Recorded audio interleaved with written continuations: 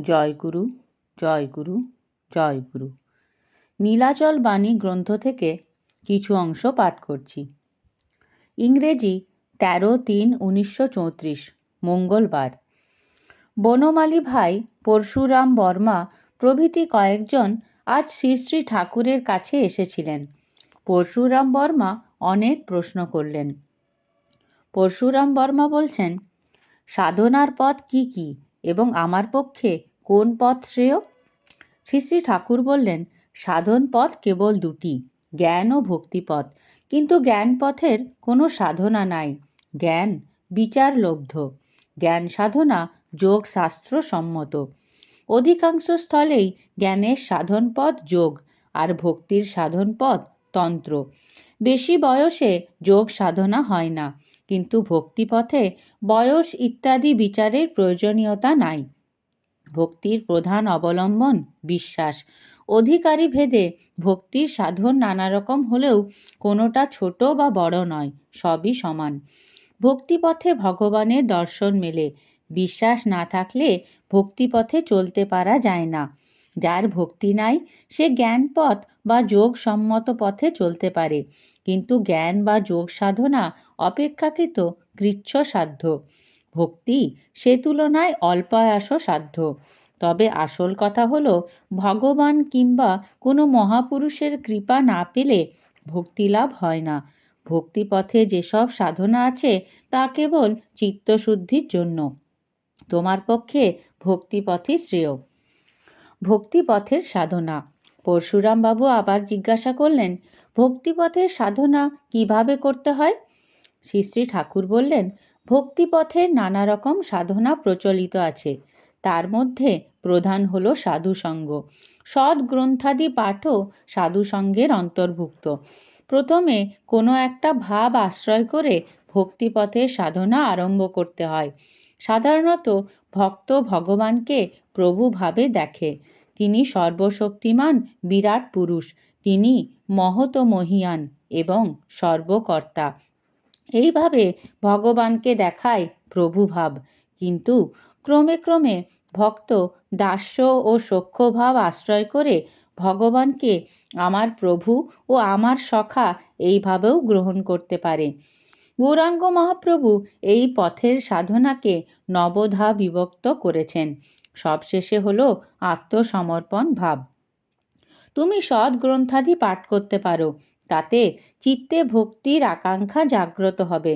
ভক্তি বিষয়ে যেসব গ্রন্থ আছে প্রথমে সেসব পাঠ করো। তার মধ্যে স্বামী বিবেকানন্দকৃত ভক্তিযোগ জ্ঞান মিশ্রিত, অশ্বিনীবাবুর ভক্তিযোগ ভাব মিশ্রা এবং আমাদের মঠের প্রেমিক গুরু প্রেম ভক্তি মিশ্রিত। ভাগবত সর্বশ্রেষ্ঠ ভক্তিগ্রন্থ। সর্বশেষে ভাগবত পাঠ করতে হয়। এসব গ্রন্থ পাঠ করলে অনেক প্রশ্নের মীমাংসা পেয়ে যাবে এবং স্বাধ্যায়ের ফল লাভ করবে। ভক্তিপথে একজন গুরু চাই। আর শুধু ভক্তিপথে কেন, সামান্য লেখাপড়া শিখতে হলেও একজন গুরু চাই। সন্ন্যাসীদেরও গুরু করতে হয়। যারা ভক্তিপথে বিশেষ অগ্রসর হয়েছেন তাদের মধ্যে যার প্রতি তোমার বিশ্বাস এবং ভক্তি হবে সেই রকম কাউকে গুরু রূপে বরণ করে তার আশ্রয় নিতে হবে। শ্রী ভগবানের অনন্ত নাম, অনন্ত রূপ, তার মধ্যে কোনো একটা নামে নিষ্ঠা থাকা চাই। গুরু এই নাম রূপ নির্দেশ করে দেন। শিষ্য কেবল গুরুকে বিশ্বাস করে তার উপরে নির্ভর করবে। গুরু চিত্তশুদ্ধির জন্য ক্রিয়াদি নির্দেশ করে ক্রমে ক্রমে শিষ্যকে আপন করে নেন। গীতা হল উপনিষদের সারাংশ। এই গীতায় শ্রীকৃষ্ণ অর্জুনকে নানা প্রকার উপদেশ দিয়ে শেষে বললেন, যদি কিছুই না করতে পারো তবে মাম একম শরণম ব্রজ, অর্থাৎ আমার শরণ নাও, আমাকে প্রণাম করো। মহাবীর অর্জুন শেষকালে এই আত্মসমর্পণরূপ গুরু নির্ভরতায় অবলম্বন করলেন। এইভাবে গুরু শিষ্যের ঘনিষ্ঠ সম্বন্ধ স্থাপিত হয়। শিষ্য তার গুরুকে ভগবান বলে দেখে। গুরু সেবা করে সে ভগবৎ সেবার অধিকার অর্জন করে। যিনি সদ্গুরু তিনিই তার ভক্তদের ভগবান। কিন্তু সদ্গুরু যথা শ্রীকৃষ্ণ চৈতন্যদেব প্রভৃতি অবতার পুরুষেরা সর্বসাধারণকে কৃপা বিতরণ করতে পারেন। সদ্গুরু কেবল তার আশ্রিত শিষ্য ভক্তদেরই কৃপা করেন। গুরু ও শিষ্যের মধ্যে যে আদান প্রদান বা শক্তি সঞ্চার ক্রিয়া, তা ক্রমে ক্রমে হয়।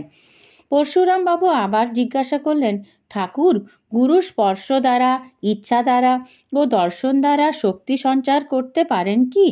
শ্রী শ্রী ঠাকুর বললেন, হ্যাঁ, তিনি সদ্গুরু, তিনি তা পারেন। এই শক্তি সঞ্চার করাই তো তার বিশেষত্ব। শিষ্য উপযুক্ত কি অনুপযুক্ত সে বিচার না করে তিনি সমভাবে কৃপা বিতরণ করেন। তবে এই শক্তি সঞ্চার ক্রিয়া অনুভব করতে হলে খুব শক্তিশালী মহাপুরুষ অর্থাৎ প্রকৃত সদ্গুরুর আশ্রয় নিতে হবে। গুরু 4 প্রকার। পরশুরামবাবু আবার প্রশ্ন করলেন, ঠাকুর, গুরু মহাপুরুষদের মধ্যেও কি ছোট বড়র পার্থক্য আছে? শ্রী শ্রী ঠাকুর উত্তর দিলেন, হ্যাঁ আছে। গুরু 4 রকম: আদর্শ গুরু, আচার্য গুরু, সদ্গুরু ও জগৎগুরু। যাকে জীবনের আদর্শ করে তুমি চলতে চাও, তিনি আদর্শ গুরু। যার কাছে অধ্যাত্ম জগতের প্রথম পাঠ নেবে, তিনি আচার্য গুরু। আর যিনি নিজ শক্তি শিষ্যের মধ্যে সঞ্চারিত করতে পারেন, তিনি সদ্গুরু। সদ্গুরুও আচার্য গুরু হতে পারেন। একজন উচ্চশিক্ষিত MA পাস ব্যক্তি যেমন ছোট ছেলেমেয়েদের শিক্ষা দিতে পারে, তেমনি বয়স্কদেরও শিক্ষা দিতে পারে। ঠিক সেই রকম সদ্গুরুও আচার্য গুরু হতে পারেন। প্রথমে চিত্তশুদ্ধির সাধনা দিয়ে তিনি আচার্য হন, পরে শক্তি সঞ্চার করে সদ্গুরুর কাজ করেন। প্রথমে সদ্গুরু সাধককে শক্তি সাধনার উপযোগী করে তোলেন, তারপর তিনি তাকে কৃপা করেন। তখন শিষ্যের শক্তি ধারণ করবার ক্ষমতা জাত হয়, নতুবা অসময়ে কৃপা করলে তা বিফল হয়। আমার ইচ্ছা তোমরা যত শীঘ্র সম্ভব উন্নতি লাভ করো, তাহলে তোমাদের নিজের দেশের উপকার হবে।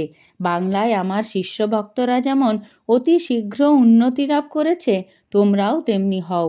তোমাদের উন্নতির সঙ্গে আমার স্বার্থও জড়িত আছে। ঠাকুরের কৃপা পেয়ে তোমরা উন্নতি লাভ করেছ। সাধারণে কথা প্রকাশ করে তোমরা হতাশ প্রাণে আশার আলোক জ্বালাতে পারবে। ভক্ত সম্মিলনীতে ভাব বিনিময়ের সময়ে ভক্তেরা নিজেদের কৃপা উপলব্ধির বিবরণ প্রকাশ করে বহুজনের হতাশ প্রাণে আশার আলোক সঞ্চার করে, নিজেদের উত্থান পতনের ইতিহাস ব্যক্ত করে। তারই মধ্যে গুরু কৃপা উপলব্ধির দৃষ্টান্ত দেখাতে পারলে অনেক উপকার সাধিত হয়। বিরুদ্ধবাদীরাই বড় ভক্ত। পরশুরামবাবু প্রশ্ন করলেন, সংসারে থেকে কি ভক্তির সাধনা চলতে পারে? শ্রী শ্রী ঠাকুর উত্তর দিলেন, হ্যাঁ, চলতে পারে। কারণ ভক্তিপথে চিত্তের কিছুটা পবিত্রতা ছাড়া আর বিশেষ কোনো কঠিন নিয়ম নাই। প্রত্যেক পথেই কিছু না কিছু বিধি নিষেধ আছে। তাই বলা হয়, গৃহী হোকর কহে জ্ঞান, ভোগী হোকর লাগায়ে ধন, যোগী হোকর ঠোগে ভগ, তিনো আদমি মহাঠগ। অর্থাৎ গৃহীরা সর্বদা দ্বৈতবাদ আশ্রয় করে থাকে। জ্ঞান অদ্বৈতবাদমূলক, এই জন্য গৃহস্থের জ্ঞান বা অদ্বৈতবাদ চর্চা অনুচিত। ভোগী যদি ধ্যান করতে বসে, তার মনে সমস্ত ভোগ্য বস্তুর চিন্তা এসে উপস্থিত হয়। কাজেই ধ্যান করে সে কিছু ফল পাবে না। যোগীদের জ্ঞান ভক্তি বিশ্বাস না থাকলেও কোনো ক্ষতি নাই, কিন্তু সংযম তাদের প্রধান অবলম্বন। ব্রহ্মচর্যহীন হলে কোনো যোগী শক্তি লাভ করতে পারে না। তারা যদি অসংযত হয়, তাহলে তাদের মহা ঠগ বলতে হয়। কিন্তু ভক্তিপথে এমন কিছু বিধিনিষেধ নাই। কেবল আত্মসমর্পণ ও গুরুকে ভালোবাসায় সে পথের পাথেয়। আমার গৃহী ভক্তদের মধ্যে যারা উন্নত হয়েছে, তারা কেবল আমাকে ভালোবেসেই সেই রকম উন্নতি করেছে। তাদের উন্নতির প্রধান কারণই হলো আমার কাছে আত্মসমর্পণ। এই আত্মসমর্পণের জোরেই ভোগী শ্রেষ্ঠ হয়েও গিরিশ ঘোষ রামকৃষ্ণদেবের পরম ভক্ত হতে পেরেছিলেন। প্রথমে গিরিশ ঘোষ রামকৃষ্ণদেবের বিরুদ্ধবাদী ও অন্যতম নাস্তিক ছিলেন, কিন্তু গুরুর কাছে আত্মসমর্পণ করে তাকে ভালোবেসে তিনি এত উন্নত হলেন যে এখন তিনি বাঙালির আদর্শ গুরু এবং রামকৃষ্ণদেবের একজন শ্রেষ্ঠ ভক্ত বলে পরিগণিত। অনেক ক্ষেত্রেই আস্তিকদের থেকে নাস্তিকদের দিয়ে বেশি কাজ হয়। তার কারণ নাস্তিকরা সর্বদা সত্যানুসন্ধানে ব্যস্ত থাকে। কোনো মহাপুরুষের সামান্য একটু কৃপা পেলেই অতি শীঘ্র উন্নত হয়। অনেক বড় বড় ভক্ত প্রথম জীবনে নাস্তিক থাকে। আমি নিজেও একদিন নাস্তিক ছিলাম। আবার যারা প্রথমে আমার অত্যন্ত বিরুদ্ধবাদী ছিল, তারাই এখন আমার প্রধান ভক্তরূপে সঙ্ঘে স্থান অধিকার করেছে।